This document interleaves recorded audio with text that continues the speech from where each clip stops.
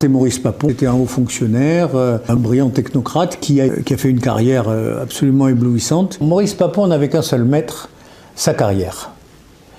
Et il s'adaptait à tous les régimes sans état d'âme. Ce qui veut dire que sous Vichy, il est maréchaliste, à la Libération, il est résistant, quand De Gaulle revient, il est gaulliste. Il n'y a pas d'idéologie chez Maurice Papon. Il n'a pas de conviction, c'est un serviteur de l'État. C'est pas un homme de la République. Ça l'a amené à être préfet de police de Paris pendant tout le temps, pratiquement, où le général de Gaulle était président de la République. Puis ensuite, il a été député, maire de Saint-Amand-Montrond dans le Cher, et il a fini ministre. Et c'est à ce moment-là que son passé l'a rattrapé. Maurice Papon, en qualité de secrétaire général de la préfecture de la Gironde, a sous ses compétences une dizaine de services de préfecture, dont celui des questions juives. Et à ce titre-là, Maurice Papon va piloter les arrestations et la déportation des Juifs sous l'autorité du préfet en réponse aux demandes, aux exigences allemandes. Il existe beaucoup de documents. Il était en somme le préfet bis de la région, pratiquement de la région Aquitaine, qui était en zone occupée. C'était pas un antisémite, hein, c'était quelqu'un qui faisait carrière, c'est tout. On lui avait demandé de faire ça, et s'il voulait que sa carrière se passe bien, il fallait être très obéissant aux ordres qui émanaient des SS et qui organisaient la déportation des Juifs depuis Bordeaux vers Drancy, et après vers une destination inconnue, dont on sait de manière évidemment certaine que c'était Auschwitz. Très peu de personnes déportées sont revenues à Bordeaux. Donc Maurice Papon a été dans l'engrenage administratif qui a conduit à la déportation depuis Bordeaux de 1690 Juifs pendant la guerre, dont 244 enfants. Par exemple, c'est une famille juive qui a été arrêtée à l'été 1942 sur la ligne de démarcation à une cinquantaine de kilomètres de Bordeaux. C'est une famille qui avait quitté Paris, parvenue jusqu'ici à Bordeaux, puis voulait passer la ligne de démarcation parce qu'ils pensaient qu'en zone non occupée, eh bien, ils seraient mieux protégés par le régime de Vichy. Ils sont arrêtés à la ligne de démarcation par des gendarmes français. Ces gendarmes français vont alors les conduire à Bordeaux, au camp de Mérignac, d'où ils vont être déportés. Cette famille, c'est une femme et ses enfants. Son plus jeune enfant, il a à peine 3-4 ans. Lorsqu'ils partent au convoi de juillet 42 pour Drancy, puis Auschwitz-Birkenau, finalement, c'est un voyage sans retour. Ils seront déportés et gazés. C'est un homme qui avait beaucoup de sang sur les mains parce qu'il y a l'affaire des déportations des Juifs, mais il y a aussi l'affaire de la répression des Algériens pendant la guerre d'Algérie. Et notamment, il a été préfet de Constantine au moment où il y avait un centre de torture de l'armée française. Les récits en sont absolument abominables. Il le savait très bien, il a couvert tout ça sans état d'âme. Et puis, il y a eu la fameuse affaire de la manifestation des Algériens le 17 octobre 61, qui protestaient contre un couvre-feu au faciès qui avait été mis en place par Maurice Papon, préfet de police de Paris. Alors il y a eu une grande manifestation, un soir, il y avait 30 à 40 000 personnes, et là, il a d'une certaine manière laissé la voie libre aux policiers parisiens pour qu'ils la répriment de manière impitoyable.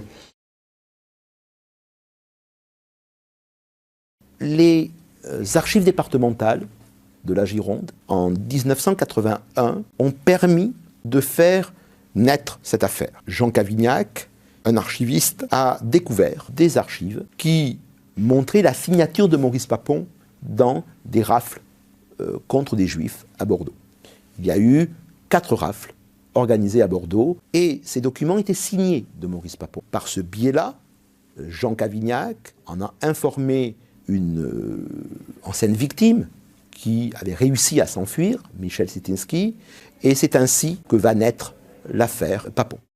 Le 6 mai 1981, le Canard enchaîné révèle le rôle de Maurice Papon comme secrétaire général de la préfecture de la Gironde en 42-44, où il montre qu'il a participé à la déportation des Juifs. J'avais déposé les premières plaintes et après j'ai dû me battre pendant 17 ans pour obtenir le procès. 1981, les premières plaintes. En 1987, au bout de 6 ans de procédure, la première instruction est annulée. C'était un piège qui avait été tendu par certains magistrats. C'est assez technique, mais ils ont réussi à faire annuler la première instruction. Enfin, j'ai essayé de relater tout ça dans le livre, tous les obstacles qu'il y a eu à ces batailles. La première partie des obstacles que je dois résoudre, c'est l'opinion publique. Donc personne n'était prêt. Dans les partis politiques, tout le monde était debout sur le frein. Les gaullistes, parce qu'il était inscrit au parti gaulliste. À Bordeaux, Chaban-Delmas ne voulait pas de ce procès. Le président François Mitterrand n'était pas favorable à ce qu'il y ait une procédure contre Maurice Papon, et plus largement contre d'anciens fonctionnaires du régime de Vichy. D'abord parce que François Mitterrand lui-même avait été, dans le rouage du régime de Vichy, un responsable de service. Il apparaît notamment sur une photo serrant la main du maréchal Pétain, recevant par ailleurs la Francisque, c'est-à-dire une décoration très importante du régime de Vichy. Donc François Mitterrand ne voulait pas réouvrir ce passé compliqué de la France, et ici s'inscrivant dans la continuité de ce qu'avait été la politique du général de Gaulle dès 1944. M'ont aidé aussi les autres procès pour crimes contre l'humanité. Parce qu'à chaque fois que le procès Barbie qui avançait, le procès Touvier qui avançait, ça provoquait tout un intérêt sur ces procédures de crimes contre l'humanité, qui sont quand même pas fréquentes. Il y en a eu 3 en France, pas plus. Et donc ça faisait avancer l'opinion sur ça. Moi, j'ai fait un travail pédagogique vis-à-vis de tout un tas de gens, etc.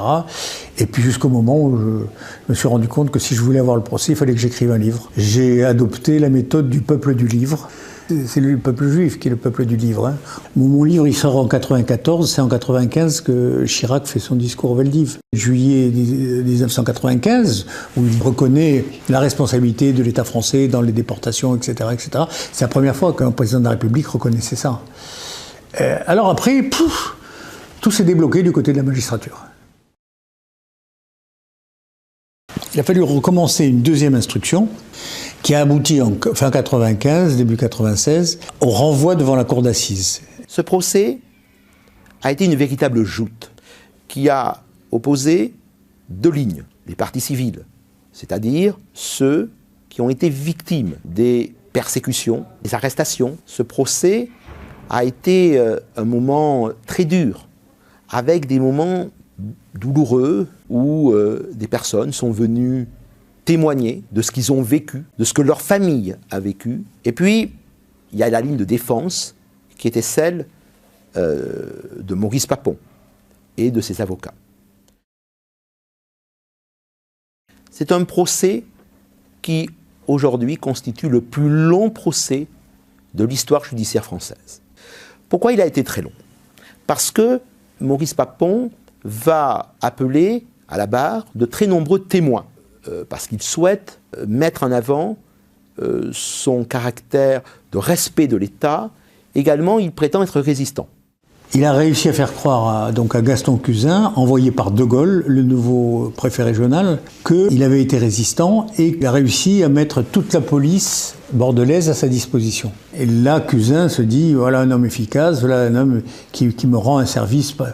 Cousin avait dit, non, mais c'est un type très bien, c'est un résistant, regardez, la preuve, il m'a aidé pour prendre le Bordeaux. Et comme Cousin était très respecté, c'était lui un résistant de haut vol, eh bien tous les autres ont dit, mais vous voyez, de toute manière, Cousin a dit que, voilà. Papon n'a jamais changé de ligne, n'avait rien fait contre le droit, ni contre la morale, ni quoi que ce soit, au contraire, il était resté en place pour sauver des gens, et ça, son style de défense. Et pour Papon, les salauds, c'était nous, dans sa vision des choses, vous comprenez? Nous qui le poursuivions, alors que lui, il n'avait rien à se reprocher. Parce qu'on est dans un crime très particulier, c'est ce qu'on appelle le crime de bureau. Le crime de bureau, c'est des gens qui signent des actes et qui envoient des gens à la mort. C'est-à-dire, c'est avec leur stylo qu'ils tuent, en signant des actes qui permettent des déportations et qui vont permettre ensuite d'envoyer des gens à la mort. Et c'est un crime contre l'humanité. De l'autre côté, les parties civiles vont mobiliser de très nombreux témoins, tous ceux, toutes celles qui ont vécu cette période. Et puis également le procès Papon, même si on parle essentiellement de la période 42-44, c'est aussi l'occasion, dès le début du procès, ça a été dans la stratégie des parties civiles, de débuter par Maurice Papon, préfet de police de Paris, pour montrer que finalement les actes qu'il a commis lors de ses fonctions eh bien, pouvaient éclairer sur ces actes commis pendant la Seconde Guerre mondiale. Il n'a jamais avoué, mais les preuves par sa signature, ses écrits, ses notes manuscrites où il donnait des ordres à ses subordonnés sont dans le dossier. Quand il écrit « Il y a lieu d'exécuter les instructions des SS », il ne faisait pas de la broderie, les SS. L'épreuve, c'est l'épreuve écrite. Et c'est grâce aux archives.